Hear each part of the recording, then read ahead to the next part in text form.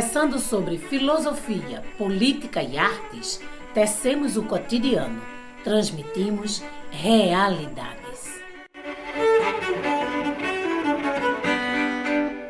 Olá, seja muito bem-vinda, seja muito bem-vindo ao programa Realidades. Eu sou Ivan Moraes e hoje a nossa conversa é sobre a língua brasileira de sinais, a Libras, e os direitos das pessoas surdas no Brasil. Segue com a gente porque o programa de hoje é fundamental. A língua brasileira de sinais foi reconhecida oficialmente pela Lei 10.436 de 2002 como meio legítimo de comunicação e expressão das pessoas surdas. Isso significa que o Estado brasileiro reconhece a Libras como uma língua de fato. Nada de linguagem, mímica, não. É uma língua com estrutura própria e não como uma simples forma de tradução para o português. Inclusive, a gente está celebrando nesse mês de abril, no dia 24, o Dia da Libras. Entretanto, a língua não é ainda plenamente aplicada no dia a dia. Em 2023, dados do Instituto Brasileiro de Geografia e Estatística, o IBGE, indicam que, embora o Brasil tenha mais de 10 milhões de pessoas com deficiência auditiva, apenas 22,4% delas utilizam Libras como meio de comunicação cotidianamente. Isso sugere que uma parcela considerável da população surda não tem acesso ou não utiliza Libras regularmente, o que pode limitar sua participação na sociedade.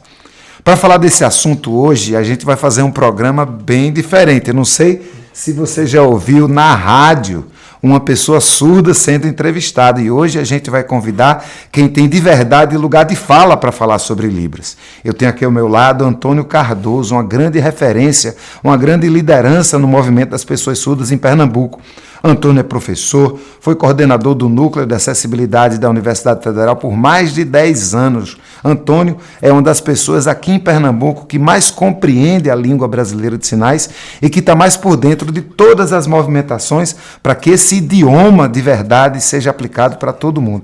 Eu, por exemplo, Antônio, eu sou a favor de que todas as pessoas do Brasil tenham a oportunidade de falar Libras. Não apenas as pessoas surdas.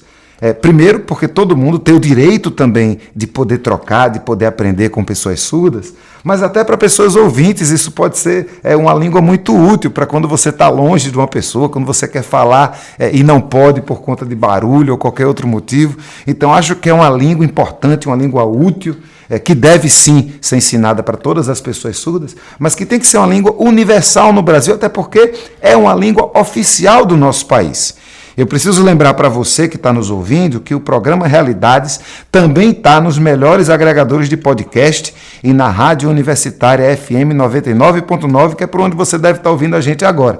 O programa vai ao ar na rádio, toda quarta e todo domingo, sempre às 18 horas, e nos agregadores de podcast, aí qualquer hora, né? Esse programa, gente, para você que é ouvinte e que está ouvindo a gente na rádio ou mesmo no Spotify, todas as vezes que você ouvir Antônio Cardoso falar, você, na verdade, vai estar ouvindo a voz do nosso intérprete Micaías Silva. Então, o Micaías Silva vai fazer a voz do Antônio, que está aqui comigo, falando no idioma próprio dele, no idioma que ele aprendeu, que é a Libras. Agora, você que é uma pessoa surda, não está me ouvindo, né? Então, se você conhece alguém que é surdo, alguém que é surda, pode dizer para essas pessoas que o programa está totalmente acessível na língua brasileira de sinais, no próprio Spotify, onde a gente vai subir um vídeo e você vai poder acompanhar toda essa conversa na íntegra, no seu próprio idioma, na sua própria língua. Então, para começar, Antônio, dá para explicar para a gente o que é a língua brasileira de sinais, quais são as características que fazem dela uma língua? Assim, para uma pessoa que está agora, que é acostumada a dizer, esse é o jeito que as pessoas surdas falam, ou então, eles falam português de um jeito diferente. Por que a gente pode dizer que Libras é um idioma próprio? Certo, muito obrigado, viu, Ivan? Também aqui a Rádio Universitária, né, por ter me convidado aqui ao programa Realidades. Eu sou surdo, né, como você disse, sou professor aqui da UFPE já há 11 anos, né, já trabalho aí, atuei no estado. Dia 24 agora de abril é um orgulho para mim, né, que sou surdo. Já há 23 anos a gente vem nessa caminhada aí, né? Não é pouco tempo não, mas passou-se rápido. E aí nós temos a Lei 10.436, né, de 2002, como você bem disse, que depois de 23 anos aí tivemos aí um decreto, né, 5626, e, nossa, em 2005, na verdade. E esse decreto ele veio aí abarcar a Libras, né, para conseguir aí diminuir um pouco dessas barreiras para a comunidade surda. Né, quando eu nasci, né, fui crescendo, tinham muitas barreiras que ainda hoje existem, mas temos a FENES, que é a Federação Nacional dos Surdos, e aí fui convidando aí associações do Brasil afora, né, para juntar aí os movimentos com familiares surdos, e começou-se a luta aí mais ou menos em 1991. Já tem pesquisas aí que provam, né, que tentavam provar lá para Brasília que a Libras era uma língua, né, e aí começou-se toda essa luta com Benedita da Silva, né, que é uma das militantes dessa área, e aí conseguiu-se aí apresentar essa prova, esses estudos, e a primeira lei do estado aí de Minas Gerais acerca da Libras foi lá em Minas Gerais, e depois foi se espalhando. 10 anos depois sancionou-se aí a Lei de Libras. E aí, como prova de fato que é uma língua com status linguístico aí federal, assim como qualquer outra língua. Mas é importante entender que é uma língua oficializada através de leis, de decretos, e que é obrigatório aí esse ensino, né, em diversas disciplinas, em fonoaudiologia, pedagogia, licenciaturas. Temos aí o curso de licenciatura em letras libras já. Temos aí pedagogia bilíngue também, que abarca isso tudo. O Enem, em 2017, ele conseguiu aí expandir muito esse universo, né, de surdos. Mas como você perguntou, o que é a Libras, né? Essa língua aí que ela não tem seguir, né, o português. Assim como outras línguas, por exemplo, a língua indígena e outra língua, a Libras tem sua estrutura própria. Não é uma língua padrão, universal. Aqui no Brasil, por exemplo, temos vários tipos de expressões, aí, várias variações linguísticas, mas tem estrutura própria, gramática, assim como qualquer outra língua. Tá? E aí temos 23 anos disso tudo. Como surge a Libras? Como foi que ela começa a ser criada? Né? Muitas pessoas acham que as pessoas surdas no mundo inteiro falam a mesma língua, né? Porque a gente vê as pessoas sinalizando e não percebe as diferenças idiomáticas que existem nas línguas de cada país. Então, pelo conhecimento que você tem, quantas línguas existem que são faladas por pessoas surdas? Quantas línguas diferentes? Ou em que países diferentes se falam línguas diferentes a partir de sinais, línguas que não são faladas oralizadamente? É uma ótima pergunta, né? A Libras, que no Brasil, né, temos aí a lei, temos o decreto, mas alguns outros países não têm, né? Lá nos Estados Unidos, na Europa, né, no Japão, a gente vê ali algumas línguas ali de sinais, mas que não há legislação e não há uma língua universal de sinais, né? A gente tem cerca aí de 30 países, né, que tem língua de sinais, né? E aqui no Brasil a gente tem aí alguns cursos que ensinam, mas em outros países não tem. Por exemplo, Portugal tem uma parceria aqui com a UFSC, né, aqui no Brasil, mas assim... outros países não têm, algumas pessoas não conhecem a língua. Por exemplo, temos língua de sinais indígenas também, para comunidades indígenas. Então, lá em Portugal, as pessoas surdas falam a língua brasileira de sinais? Ou eles têm uma língua portuguesa de sinais? Tem uma língua de sinais deles, né? Por exemplo, aqui a gente tem a Libras e a gente tem aqui o Letras Libras, por exemplo, né? Lá não tem legislação ainda, lá ainda está em mais desenvolvimento. A gente tem um doutorado aí, mais ou menos 50 doutores surdos. Temos cerca de 150 mestres, né? Em Estados Unidos, lá eles têm na Universidade de Gallatin, né? É uma universidade ali particular, que algumas pessoas vão, tem bolsa. Mas aqui no Brasil, a gente tem aí no governo federal esse estudo, né?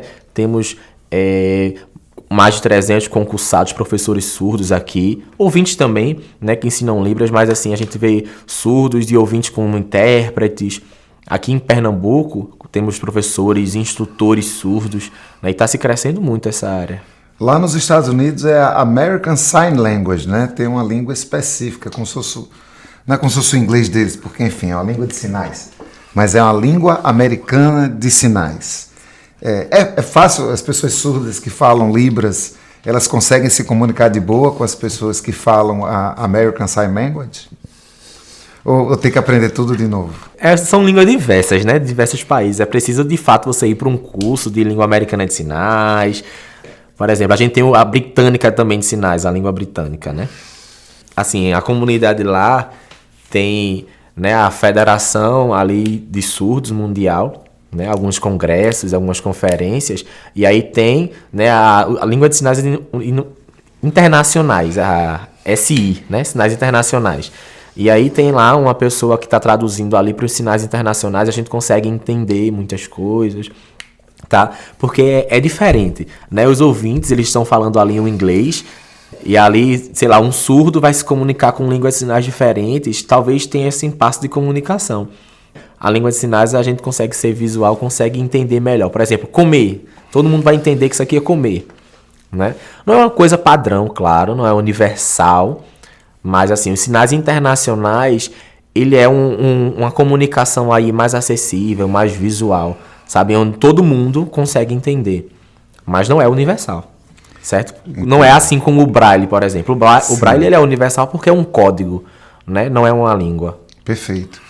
Por mais que seja reconhecida legalmente, por mais que, enfim, o próprio governo compreenda, por mais que seja uma língua oficial do Brasil, a gente sabe que Libras ainda está longe de ser uma realidade no cotidiano de todas as pessoas. O que você acredita que impede? Quais são as barreiras que fazem com que todo mundo não já esteja falando Libras num tempo desse? A gente tem aqui a Lei de Libras, né, que garante, né, a gente tem a LBI, a Lei Brasileira de Inclusão, que aí é a 13.146 de 2015, né? Ela garante o acesso da pessoa surda a esses espaços.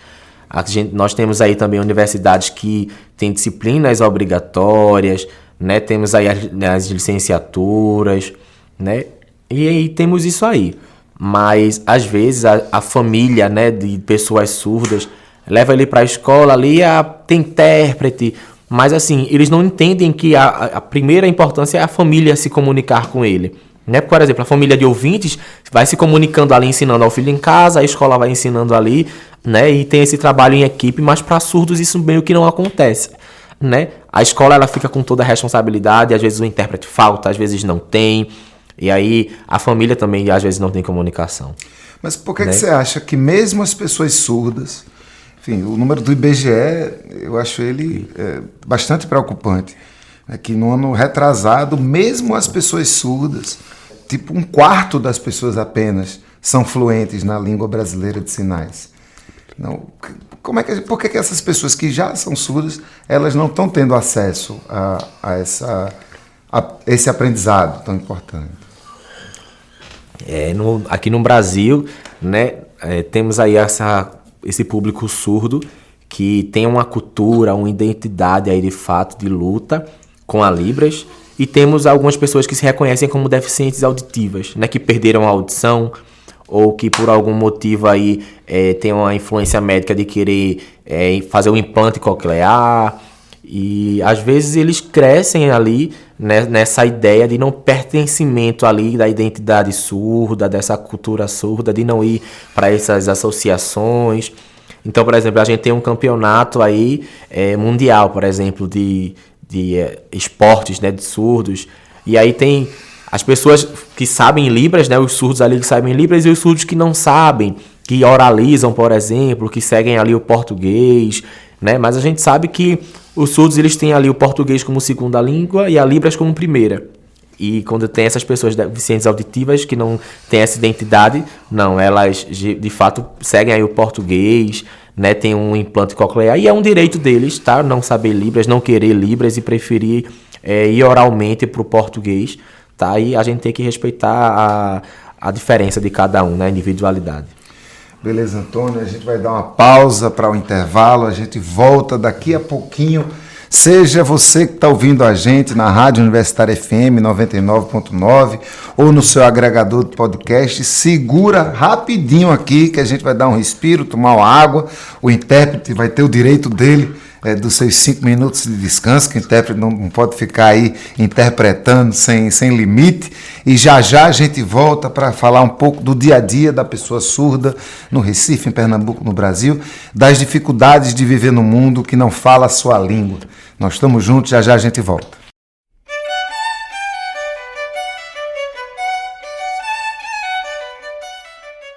Em breve seguiremos tecendo realidades.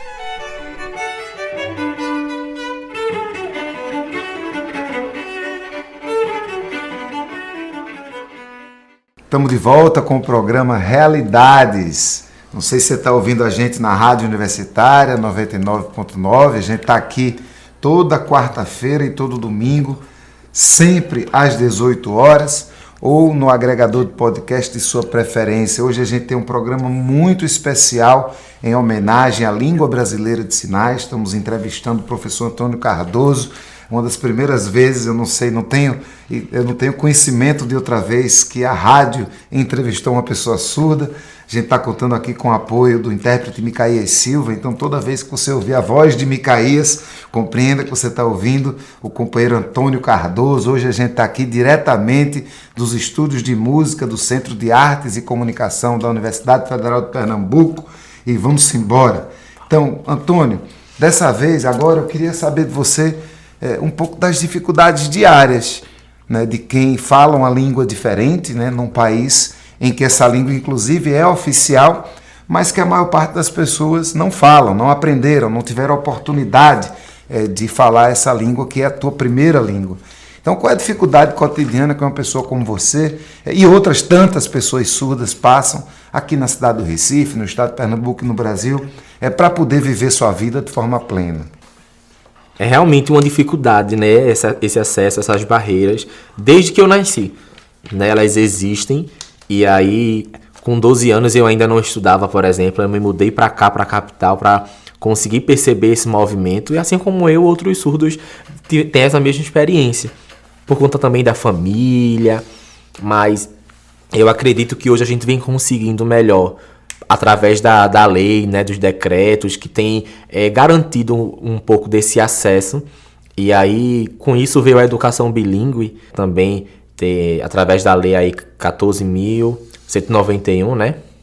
E aí começou-se com LDB, LBI, fazer esse complemento de fato, por exemplo, de algumas línguas, de colocar ali, uma língua indígena e a Libras também, né, para garantir essa educação aí de qualidade. A gente sabe que a maior barreira hoje é essa falta de comunicação, né, a barreira comunicacional, principalmente no âmbito da saúde. A gente enfrenta diversos espaços aí que não tem essa acessibilidade. Por exemplo, antes de ontem, né, eu passei por uma situação ali de ter um problema do coração, vai no hospital ali e por falta de comunicação, não ter essa acessibilidade. Outras pessoas passaram aí e também tem óbitos, por negligência mesmo, falta de acessibilidade, em delegacias que não há acessibilidade também. Esses são alguns exemplos que eu consigo te dar de barreiras e lutas que a gente luta todo dia, né? Hoje em dia tem o ICOM também, eu acho que é importante a gente falar disso, o ICOM, que tá caminhando aí, é uma possibilidade pra gente, mas... O que é o ICOM?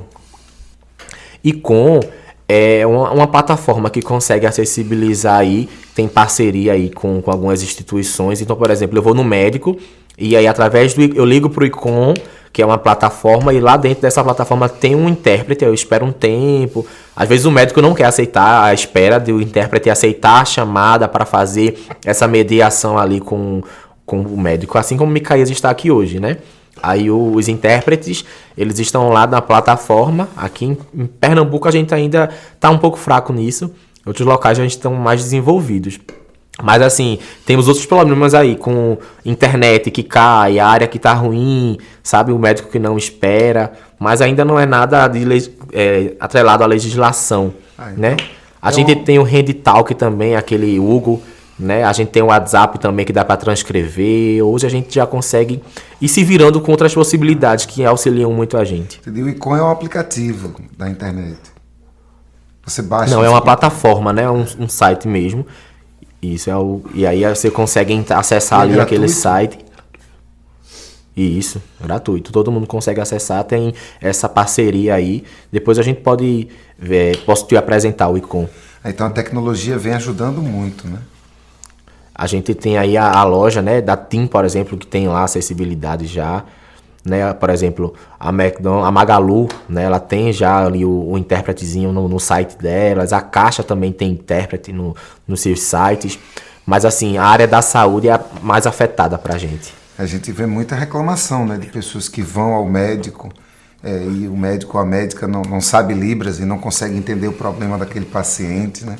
Eu já vi até um relato de uma pessoa surda que apanhou na rua porque o policial foi interpelá-la e o policial não falava Libras e achou que a pessoa estava de brincadeira porque não falava o português e, enfim, acabou sofrendo uma violência que já seria desnecessária de toda forma, mas que torna-se ainda mais covarde, né? Todos os dias deve ter alguma notícia de alguém que passou algum problema. Agora você fala que veio do interior.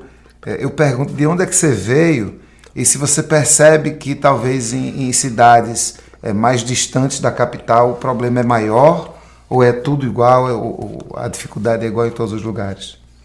Eu nasci no interior de Machados, né, que é perto ali de Limoeiro, aqui de Pernambuco, e eu tenho 4 irmãos, né, eu sou o último, tem DA, né, tem outros surdos, mas assim, que não sabem Libras, né, deficientes auditivos, tem Cássio, que tem uma comunicação ali mais fluida, mas assim, meu pai, ele era policial, né, trabalhava, policial militar, trabalhava em diversos locais, e via assim, Antônio, ele consegue também, ele vai conseguir. Mas assim, ele era ter uma perspectiva muito oralista, né? Muito oral ali.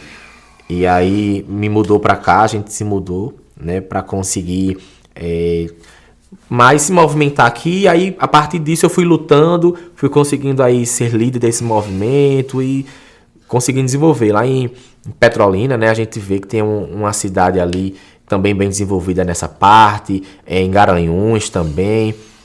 Assim, a gente faz sempre esse movimento de luta mesmo, aí, principalmente nos interiores aqui de Pernambuco, nessas cidades aí que estão mais afastadas, mas assim, a gente consegue perceber que o Estado está conseguindo ter um pouco desse apoio aí, a gente está conseguindo desenvolver, mas através de muita luta.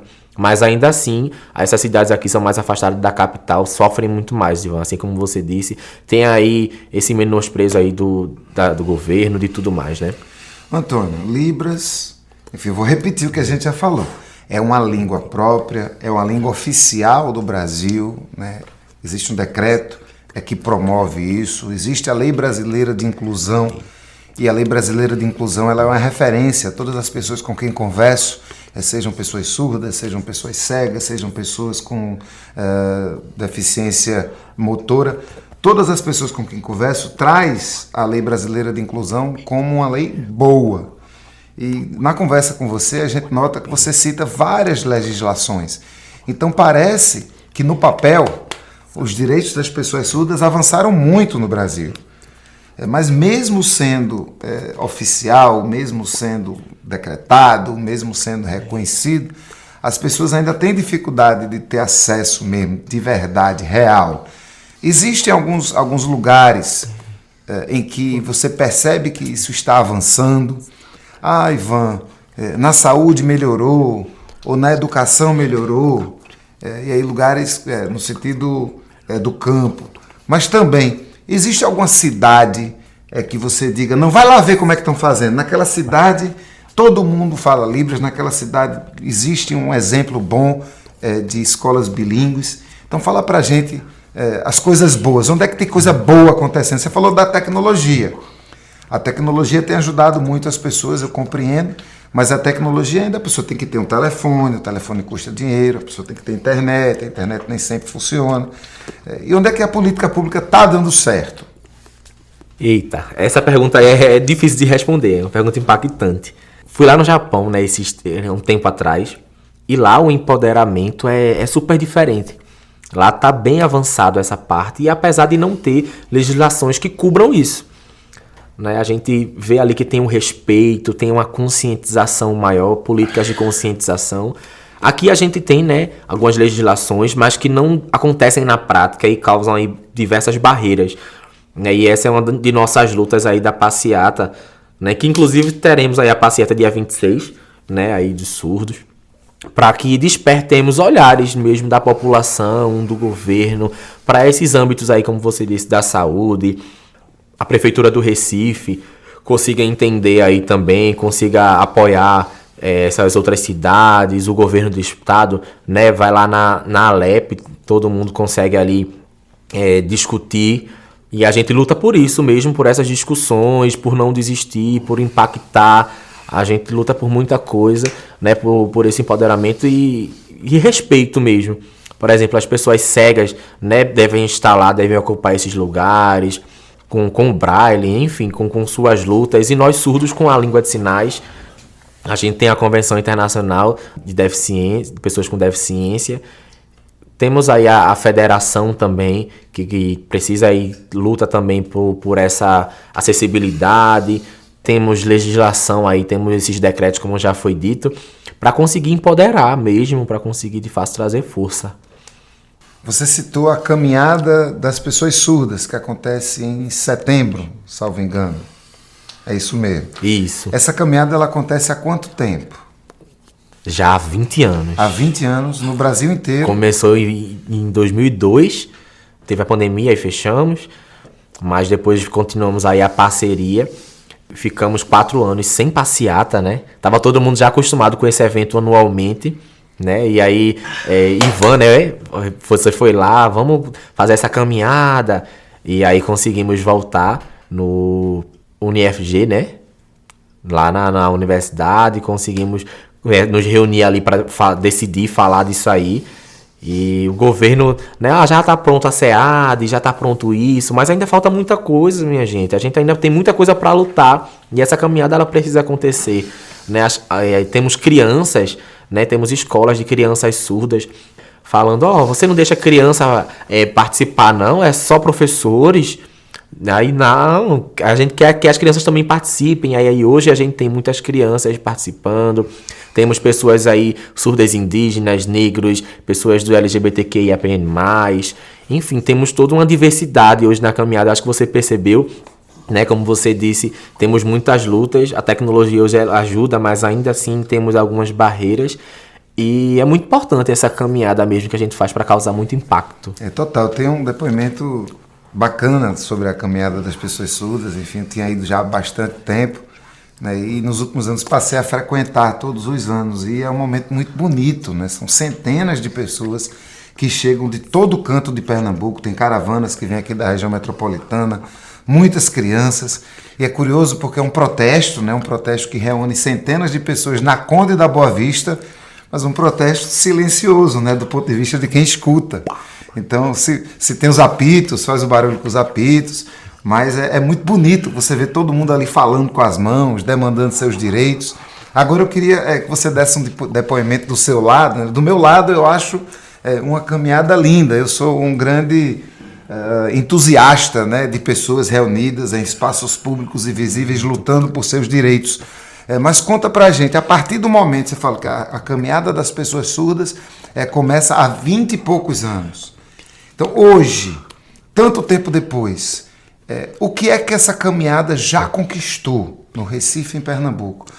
O que é que já existe hoje no Recife, em Pernambuco, por conta dessa luta, por conta também dessa caminhada que aqui tem sido organizada pela Associação dos Surdos de Pernambuco, a ASP? Temos aí, agora vai ser a 20ª, né? Tivemos 19 aí edições, teremos a 20ª agora. E aí tivemos sim muitos pontos positivos. Tivemos aí garantia de espaço no mercado de trabalho, essa visibilidade aí. O que é que o surdo precisa, né? Tivemos aí essa escuta de vagas de emprego, de acessibilidade, né, em diversos espaços. E a última agora que nós tivemos, a gente lutou um pouquinho aí pela saúde, né? E a lei do surdo aqui municipal, a gente tá aí nessa luta também. A lei estadual para pessoas com deficiência auditiva aqui também, né? A gente já temos aí algumas coisas, já conseguimos muitas coisas, mas a gente ainda não tem aqui municipal, né? E essa é uma das nossas lutas. Mas nós sim já conseguimos muita coisa, viu? A gente conseguiu aí do estado, conseguimos na área da saúde, através dessas nossas passeatas. Porque deve ter muita gente, Antônio. Tem muita gente. Quer dizer, deve ter não, tem muita gente. É que quando vê o povo se organizando para qualquer manifestação, já diz assim, isso não vai dar em nada, rapaz. Vocês estão se juntando para quê? Para que estão indo para a rua? Né? Eu tenho trabalho para fazer, tenho aula, né? Eu vou estar lá com vocês nesse protesto. Avança, faz sentido? Vale a pena lutar? Sim, com certeza, Ivan. Alguns surdos também tem, viu, essa fala. Pra que eu vou pra lá, minha gente? Mas assim, é lá que a gente consegue essa garantia da nossa identidade, da nossa cultura, da nossa existência, minha gente. São 20 anos que a gente apresenta à sociedade que a gente tá aqui. E esse é um dos maiores ganhos, né? Já tivemos aí a Globo nos procurando, né? Antes a gente não tinha essa visibilidade. Isso acho que é o principal ganho dessa nossa trajetória aí. A gente faz o quê? Vocês estão aqui há 20 anos fazendo isso? Sim, nos apresentando à sociedade. Esse é um dos principais ganhos de conseguir outras coisas, a gente conseguir mesmo se ver, de trazer a família, de empoderar, das escolas também tá ali. Isso é muito importante, de fato, a gente conseguir mostrar um pouquinho em sentir também. Então hoje você percebe que a fala de vocês a partir da luta, ela é mais respeitada. Sim, eu consigo esse respeito, esse impactar. Quando a gente acaba ali a nossa passeata, a gente tem algumas coisas que nós pleitamos, né? A gente precisa disso, precisamos de outras coisas, tá? E a gente sempre apresenta essa proposta, sempre somos ouvidos. Então, vamos dar segmento aqui ao nosso programa, encerrando o segundo bloco do programa Realidades, hoje em homenagem ao Dia de Libras, em homenagem à língua brasileira de sinais, entrevistando o companheiro Antônio Cardoso, professor, liderança do Movimento Sul de Pernambuco, uma grande referência, com o apoio do companheiro Micaías Silva, nosso intérprete, de quem a voz estamos ouvindo aqui desde o início do programa. Vamos dar uma pausa, você continua com a gente. Lembrando, nós estamos entrevistando Antônio é uma pessoa surda, nós estamos nos comunicando com a ajuda do intérprete de Libras. A voz que você tem escutado é a voz de Micaías, mas não perca essa oportunidade de dizer às pessoas surdas que você conhece que toda essa conversa está disponível também em vídeo, com total acessibilidade para pessoas surdas, em Libras. Caso você vá no Spotify, o Spotify comporta vídeo, a gente vai subir esse vídeo já e você vai ter, enquanto pessoa surda, a oportunidade de ver essa entrevista, que também foi ao ar no rádio. Eu não conheço outra experiência de uma pessoa surda dando entrevista no rádio. Estou muito contente, estou muito emocionado por participar de mais esse avanço, né, de mais esse fato que a gente vai considerar aqui um fato histórico para a luta pela garantia dos direitos das pessoas surdas, pelo direito à acessibilidade de todas as pessoas. E já a gente volta com o programa Realidade.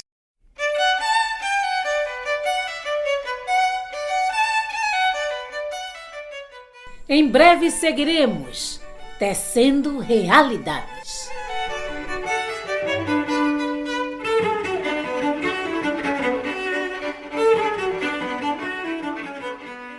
Estamos de volta com o programa Realidades. Eu sou Ivan Moraes, estou aqui com você, estou aqui com Antônio Cardoso, liderança no Movimento Surdo, sendo interpretado por Micaías Silva, falando hoje do Dia da Libras, a língua brasileira de sinais, e a importância de as pessoas terem seus direitos garantidos, particularmente as pessoas com deficiência que têm direito à acessibilidade, e mais particularmente ainda as pessoas surdas que têm o direito a aprender e serem compreendidas na língua brasileira de sinais. E eu vou começar, Antônio, esse bloco com uma polêmica. Eu já ouvi de pessoas conservadoras, particularmente pessoas que não têm contato com a comunidade surda, que a língua brasileira de sinais é um problema. Eu não sei se você já ouviu isso, se você já percebeu isso, se alguém já lhe disse isso, que fala-se que quando a pessoa aprende Libras, ela tem mais dificuldade, ela tem dificuldade de aprender o português, ou que a língua de Libras ela confina a comunidade surda a uma bolha que dificulta o acesso dessa comunidade às outras pessoas. E agora que existe aí o implante coclear, que me parece que muitos médicos querem de toda forma fazer com que as pessoas façam essa operação, e aí se defende que todo mundo faça esse mesmo implante. Como é que você percebe isso? Você já percebeu esse tipo de preconceito? E como é que você responde a uma pessoa que diz que a língua brasileira de sinais é um desserviço à comunidade surda e não um direito? Porque eu já ouvi isso, né, e foi uma situação muito constrangedora para mim. A gente sempre tem essa polêmica, né? Principalmente aí nesse âmbito com os profissionais de saúde, com esse pessoal. A gente também tem essa parte aí, né, das escolas que foram inclusivas, escolas bilíngues, né, que não apoiavam aí essa parte de Libras, a família querendo implantar esse implante coclear, esses aparelhos. E aí, Patrícia Luiza, né, ela teve esse estudo aí, fez algumas entrevistas.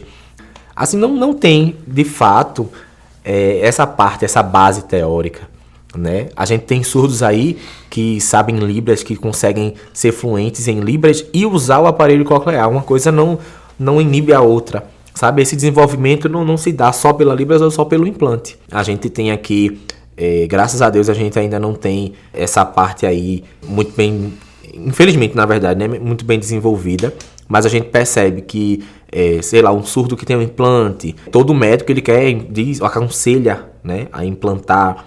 Um surdo profundo não consegue desenvolver muito bem com o implante coclear, porque não tem muito resquício de audição.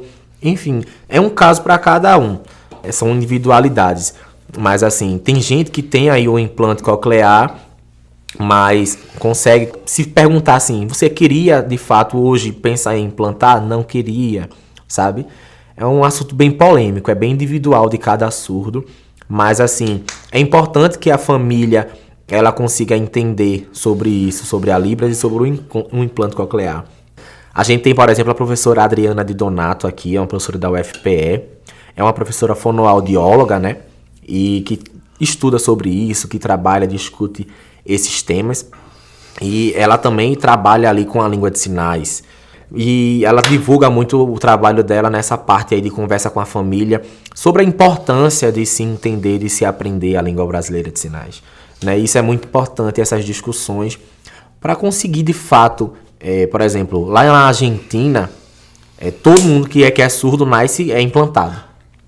No Brasil, eles dizem assim, o Brasil tem sorte, né, de que tem a lei de Libras, que não tem essa obrigatoriedade do implante, mas assim, lá a parte medicinal, né, ela tem mais um poder, né, do que aqui. Você percebe um movimento aqui no Brasil para que as pessoas façam um implante? Existe uma demanda por isso, como para que aconteça o que acontece na Argentina? Não, assim, a gente ainda não, assim, não é lei aqui, né, de obrigatoriedade desse implante, ainda não é lei, então não, a gente não tem esse movimento. Tem o querer, né, mas não é obrigatoriedade. Mas assim, as famílias de pessoas com deficiência auditiva querem, mas a maioria dos surdos não gostam dessa ideia. Que conselho você daria para uma família que acabou, uma família ouvinte, vamos dizer assim, uma pessoa que não tem contato com a comunidade surda, que percebeu que sua criança não escuta? Para quem ela deve ir, onde é que ela pode conseguir aí um aconselhamento, uma orientação, até para que possa aprender Libras ou que possa tomar a sua decisão sobre a educação dessa criança? Um conselho importante que eu daria é que procure um profissional ali de saúde que saiba Libras, né? E aí esse profissional ele vai orientar da melhor forma possível acerca da primeira língua dele, que é a língua de sinais. Já existem estudos comprovados. E a segunda língua, que é o português, que também é importante aprender. É preciso também entender que o profissional de saúde é o profissional de saúde e o profissional educacional é outro profissional. Esse é o conselho que eu daria. Saber se existe resquício auditivo. Também não obrigar a colocar implante, a querer. Se ele ouve ruídos, se ouve isso, se ouve aquilo, se um aparelho dá conta ou se precisa de um implante. Eu acho que é uma escolha mesmo, e esse conselho que eu dou é ele procurar. Porque a maioria medicinal, eles querem implantar para receber a verba, né, para conseguir fazer isso. Mas os surdos, eles conseguem se apoiar com tecnologias, com um aparelho auditivo. Nem sempre o implante coclear ele é a melhor solução. Às vezes é só uma perca de dinheiro, porque futuramente alguns não usam, abandonam.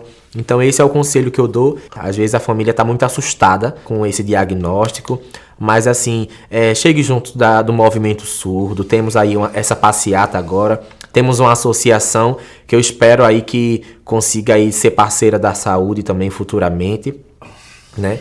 E enfermeiros, médicos, fonoaudiólogos consigam aí apoiar, deixar o tradicionalismo aí um pouco para trás, né? A gente tá aqui, por exemplo, na UFPE e temos a nossa professora Adriana, né? Que tá ali no CCS, né? No Centro de Saúde, e tem uma disciplina não obrigatória, mas que sempre influencia aí, sempre difunde aí em fonoaudiólogos aí, estudantes, a entender um pouquinho sobre isso. Em outros estados nós também temos aí a saúde, né, ligado aí, por exemplo, a gente tem a Faculdade Pernambucana de Saúde, a FPS, e lá na FPS já iniciou de fato a ensina essa saúde aí em Libras e estudos sobre isso. Eu acho que é uma coisa importante da gente dizer também, uma pessoa surda no Brasil, ela é uma pessoa que não escuta e que fala outra língua, mas ela tem absolutamente todas as habilidades que qualquer outra pessoa tem. Né? Você sabe, você conhece, eu tenho um primo surdo, Nelsinho, uma pessoa que eu conheço desde pequeno, e durante muito tempo ele fazia um trabalho de falar com famílias somente para dizer que aquela criança surda teria capacidade de exercer qualquer tarefa que qualquer outra pessoa tem capacidade de exercer, apenas, naturalmente, falando outra língua e não tendo a capacidade de escutar. Então, acho que isso é uma coisa que é importante a gente deixar sempre registrado, né? Que a pessoa surda, ela não perde outras capacidades, nem outras habilidades, além da capacidade de escutar, com o ouvido. Né? E ela muitas vezes vai falar outra língua, que não é o português. E aí, falando um pouco também da acessibilidade, como é que você percebe essa coisa também do português? Vale também dizer, quando eu comecei a fazer vídeo acessível, eu botava sempre a legenda. E aí muitas pessoas vieram me questionar, não bota a legenda só, porque a legenda sozinha tem pessoas surdas que não vão conseguir ler. E também outras pessoas disseram, não coloca a caixinha de Libras só, porque algumas pessoas surdas, elas não têm a habilidade ainda de falar Libras. Então fala um pouco sobre o desafio da acessibilidade, onde você encontra esse desafio, e aproveita também enquanto consultor, que você muitas vezes para dar dicas, para que tudo isso possa ser acessível para todas as pessoas. Eu vou responder todas elas vou tentar resumir, né, todas essas perguntas. Eu acredito que esse encorajamento, esse impulsionamento aí de pessoas surdas falta um pouquinho partindo da família. Né? Como eu te falei, eu nasci surdo e aí até o meu ensino médio não tinha ali os intérpretes de Libras.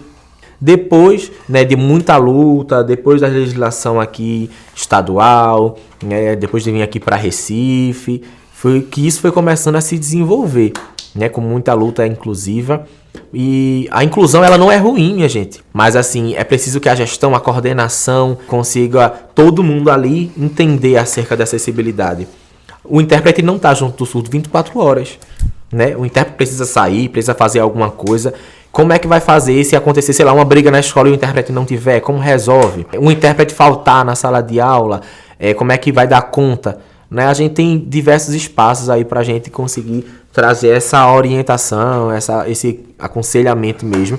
É preciso também estimular a autonomia, né, a independência aí. Preciso também a luta. Vai no Ministério Público se você não tem esse acesso, mas às vezes as pessoas não sabem disso, né? Então falta muita orientação, principalmente familiar, de saber onde lutar, de saber a secretaria que vai para pedir uma coisa, para pedir outra, para processar às vezes se for preciso também, sabe? Às vezes esse aconselhamento familiar é deficiente, né? Não se tem de fato. E aqui na UFPE, os alunos eles ingressam aqui. Temos alunos surdos em fisioterapia, em educação física, em pedagogia, em letras libras. Mas, por exemplo, em educação física é uma barreira enorme. Às vezes alguns professores não aceitam, não entendem.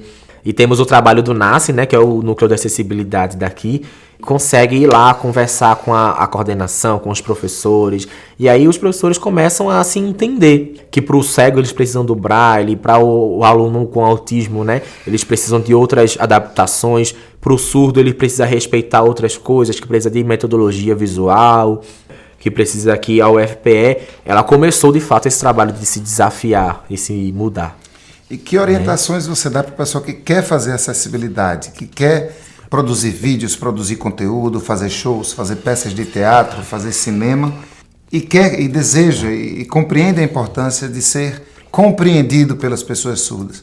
Quais são alguns erros que você costuma ver quando alguém às vezes até está tentando fazer algum tipo de acessibilidade, mas não está fazendo certo? Tá, Ivan, esse tema é muito legal, né? O que tem acontecido, né? Tivemos aí, por exemplo, vou dar um exemplo do caso lá do presidente, né, da África, que chamou um intérprete ali de língua de sinais e todo mundo foi contra, porque de fato ele não sabia a língua de sinais. Foi um caso vergonhoso ali, né? Às vezes a pessoa tem um curso básico ali, o mínimo, e pensa que é intérprete. Assim, por exemplo, uma pessoa que aprende o básico do inglês, do francês, consegue interpretar o inglês e o francês? Não consegue. Desse mesmo jeito é com a Libras, minha gente. Não pode contratar alguém com o básico. A gente precisa entender essa parte aí. Às vezes a gente vê, né, nos comerciais aí, midiáticos políticos, tem a presença ali do intérprete de Libras, muito massa, mas às vezes não tem uma boa qualidade. Às vezes aí com um deputado, um vereador, tem uma qualidade ruim. Né, a ASP ela já processou alguns diversos, né, comerciais que tem ali no midiáticos, no Instagram ou na televisão também, que às vezes tem uma Libras ali falha, que simplesmente quando a gente vai pesquisar tem um certificado básico, e é por isso que a gente vê às vezes aí algumas falhas como essa. A legenda também, né, como você bem disse, é uma luta muito grande dessa comunidade nacionalmente, as associações, né, as empresas às vezes não querem gastar, mas assim, é direito, é a garantia de um direito que está sendo negado, assim, quando não coloca-se essas acessibilidades, as legendas, né, e a janela de intérprete. No cinema às vezes a gente não tem, né, essa janela, de fato, mas, por exemplo, aqui na Rádio UFPE temos o intérprete de Libras. Tá aqui essa acessibilidade, vai ter Libras aí, tudo muito lindo esse projeto. Por exemplo, na Globo já também iniciou-se ali as legendas, né? Mas assim, é um movimento que a gente vê no Japão, por exemplo. A gente liga a televisão, tem lá o intérprete de Libras, já tem legenda, já tá tudo ok. Aqui no Brasil a gente ainda não avançamos a esse nível, mas é uma luta nossa. Por exemplo, as pessoas com deficiências auditivas, elas preferem a legenda. E temos surdos que preferem ali o intérprete de Libras e precisamos acessibilizar para todos os públicos. É importante lembrar de que a gente, né, a gente precisa também fazer parte disso tudo.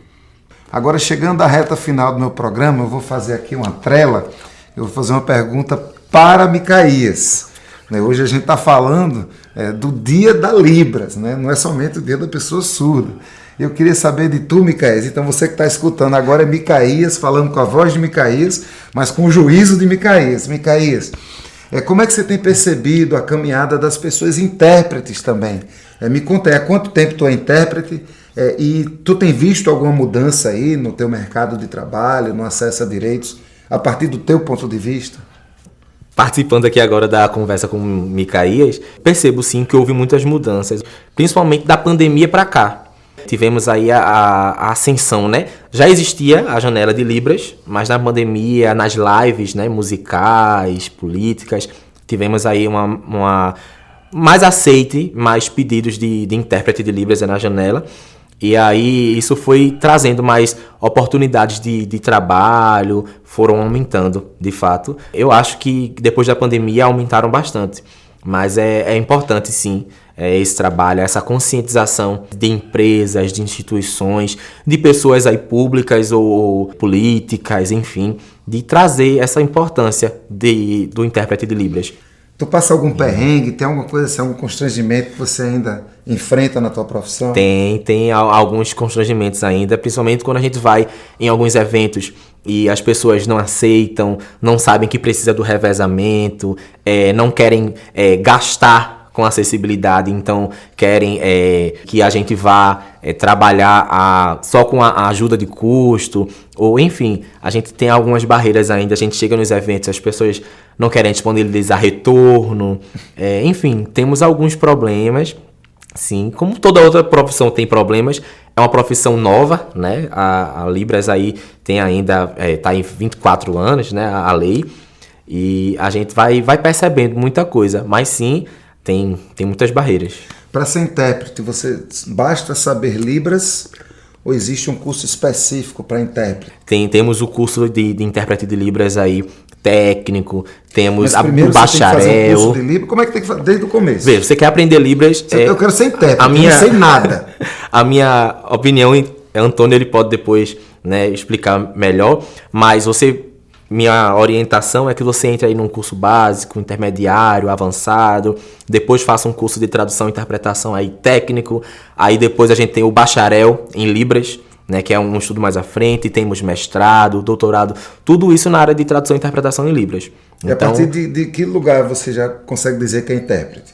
Rapaz, eu acho que depois que você faz o curso básico, intermediário, avançado e o curso técnico de tradução e interpretação, você já tem uma base para começar, sabe? Ainda não tá pronto, a gente nunca tá pronto, né? O inacabamento, a gente precisa estar sempre aprendendo aí, mas eu acho que do curso técnico você já consegue ter uma base para começar. E a oferta de cursos que a gente tem é de boa?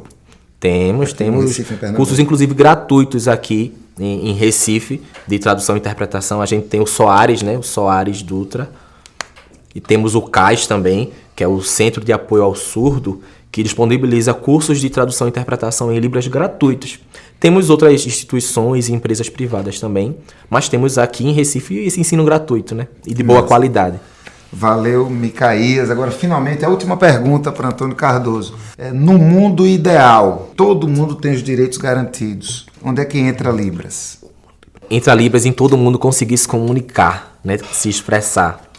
No Piauí, por exemplo, nós temos ali uma comunidade onde todo mundo sinaliza. Isso é de fato uma prova de que a gente consegue se comunicar todo mundo em Libras, sim. Lá também tem pessoas ouvintes que também sabem a língua de sinais, né? Em Nova Zelândia, ali temos uma cidade vizinha, Nova Zelândia, que também temos uma comunidade falante ali, uma ilha, né? Falante em língua de sinais, que prova que essa comunidade também consegue se comunicar. Em Nicarágua também, a gente tem essa experiência de uma comunidade toda falante em língua de sinais, e eu espero que no Brasil seja um país, um dia, todo falante em língua de sinais. A gente planta essa sementinha aí todos os anos, né, em nossas lutas. Assim, falta legenda, né?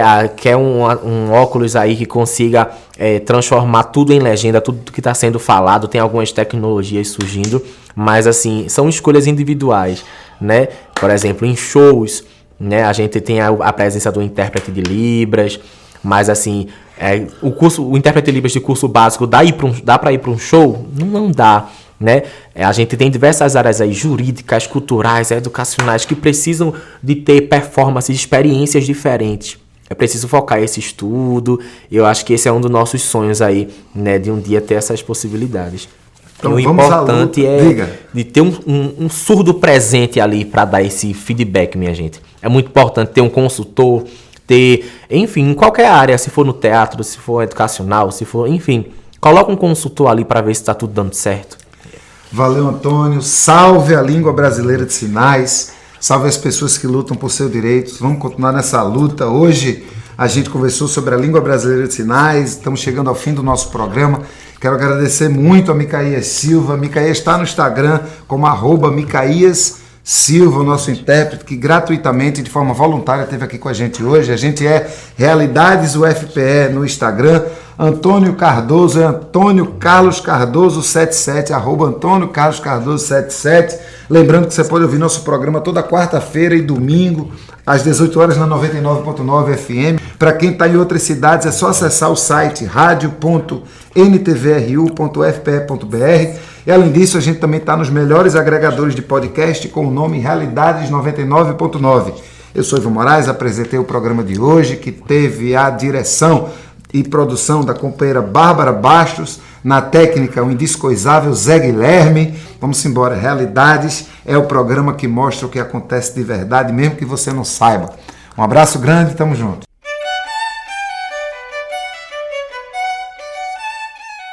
Acabamos de ouvir Realidades.